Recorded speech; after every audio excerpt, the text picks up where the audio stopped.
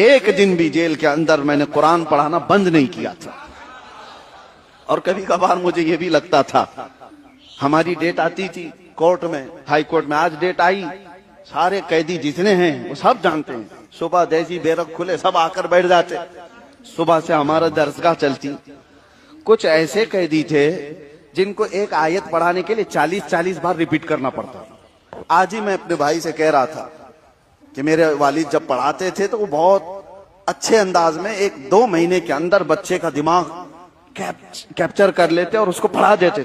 हमसे होता नहीं, गुस्सा आ जाता है, मार देते हैं किसी को।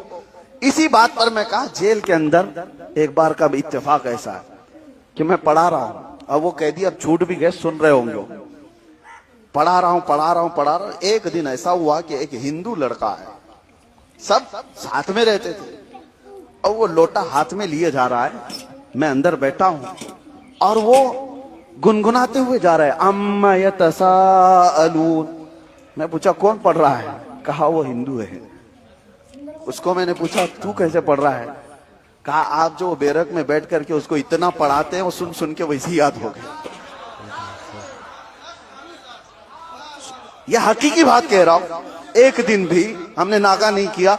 और शायद इस वजह से जब डेट आती थी सारे लोगों की निगाहें और सारे लोगों के कान खड़े रहते थे, क्या फैसला आ रहा है, क्या सुनने में आ रहा है, क्या न्यूज आएगी।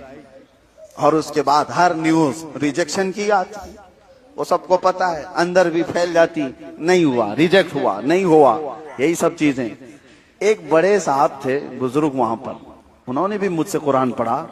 उन्होंने आखिर में कहा कि हजरत जब डेट आ रही है यहां बताइए ही मत, जेल में बोलिए ही मत, कैदियों को बताइए मत। मैं कहा क्यों?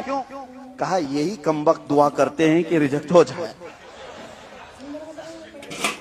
हजरत और थोड़े दिन रहे, हमारा कुरान खत्म हो जाए।